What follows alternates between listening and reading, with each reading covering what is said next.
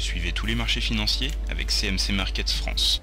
Avec CMC Markets, tradez les CFD sur indices, devises, matières premières et actions 24 heures sur 24. CMC Markets, un des leaders mondiaux du trading de CFD Forex depuis 1989.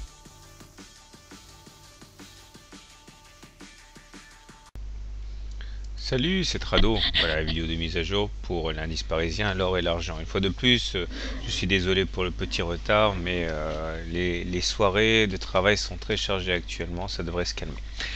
Alors, voilà où nous en sommes. Finalement, les lois de la pesanteur ne s'appliquent pas au CAC, qui est porté par la fin d'année. Bon, il est coutumier d'avoir des fins d'année positives et des débuts d'année positifs. Il faut bien soigner les bonus des gérants de portefeuille. Personne va engager une attaque dans des moments comme ça.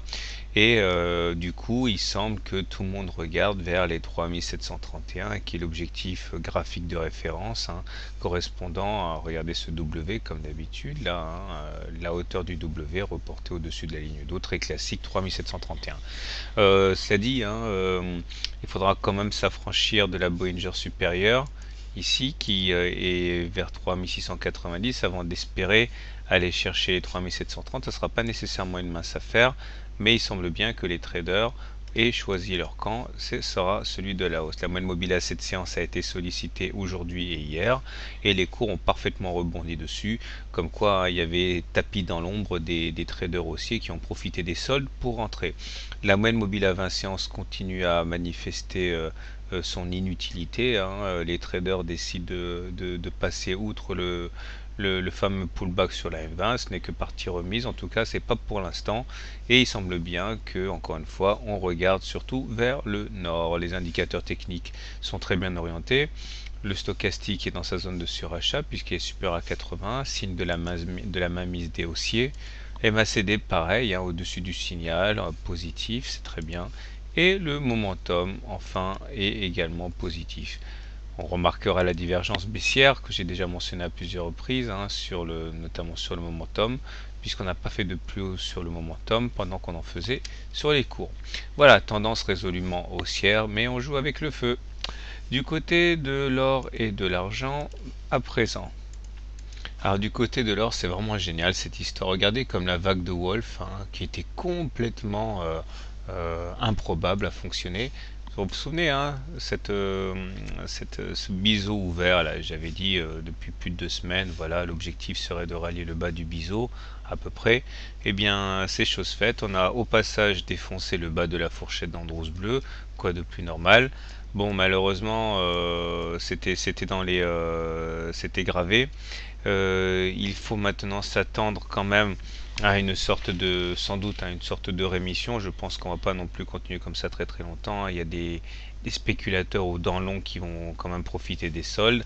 On a cassé la barrière des 1700 $ de manière très flagrante. On est en dessous de la M20 baissière et donc on est en tendance baissière. Néanmoins, regardez, il y a des divergences haussières, notamment ici sur le stochastique.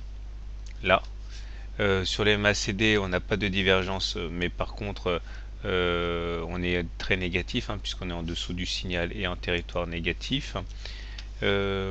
Alors, attendez, si, il y en a une de divergence, pardon, elle est même très très grande, elle est là, c'est une divergence très puissante, puisqu'on n'a pas fait de plus bas sur l'indicateur pendant qu'on en faisait sur les cours de l'or, et pareil sur le momentum, puisque nous avons ici une nouvelle divergence haussière.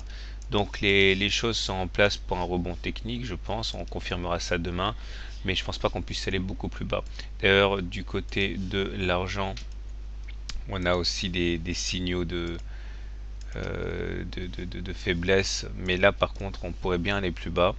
On va voir. En tout cas, on est venu chercher le bas du canal noir comme prévu, on l'enlève, il a joué son rôle. Et maintenant, bon, la tendance est clairement établie. On est en dessous d'une moyenne mobile à 20 séances qui descend. Donc on est en tendance de baisse. Il semble qu'on ait pris appui sur les 76,36% de retracement de Fibonacci, comme on peut le voir ici.